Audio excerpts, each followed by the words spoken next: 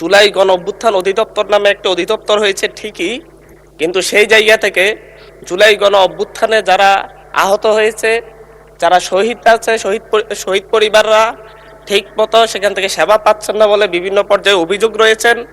এমনকি সেখানে গেলে তাদের সাথে খারাপ ব্যবহার করারও বিভিন্ন অভিযোগ আমাদের কাছে আসে।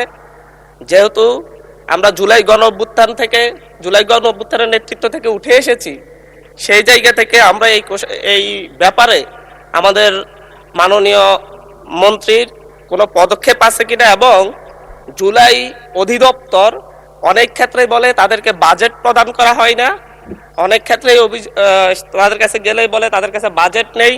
জুলাইয়ে যারা অংশগ্রহণ করেছে, জুলাই যোদ্ধা এবং শহীদ পরিবারের জন্য যে বাজেট সরকার দিয়েছে সেটা দেওয়ার মতো এই বাজেটগুলো নিয়মিত দেওয়া হবে কিনা, কি পরিমাণ বাজেট দেওয়া হবে, এবং সেই জায়গায় যে হয়রানির কথা আমরা শুনতে পাচ্ছি।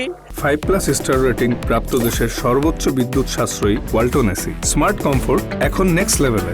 জানতেছি এই ব্যাপারে কোনো পদক্ষেপ নেওয়া হবে কিনা। মাননীয় মন্ত্রী। ধন্যবাদ মাননীয় স্পিকার, আপনার মাধ্যমে মাননীয় সংসদ সদস্যকে ধন্যবাদ জানাচ্ছি।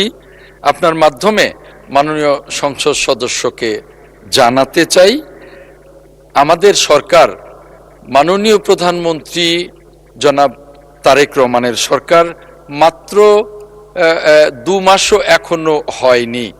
এর মধ্যে আমি যে কদিন দায়িত্বরত আছি, আমার কাছে যারাই গিয়েছেন জুলাই যোদ্ধাদের, তাদের আমি যথাযথ সম্মান দেবার চেষ্টা করেছি।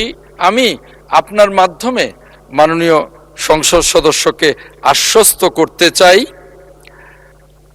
জুলাই যোদ্ধাদের যে সমস্ত সমস্যাগুলো আছে সেই সমস্যাগুলো সমাধানে মুক্তিযুদ্ধ মন্ত্রণালয় বা এই অধিদপ্তর যথাযথ কাজ করবে, এবং তার জন্যে যা যা করা দরকার তা করা হবে বলে আমি মাননীয় স্পিকার আপনার মাধ্যমে সম্মানিত সংসদ সদস্যকে আশ্বস্ত করছি। মাননীয় স্পিকার, আপনাকে ধন্যবাদ।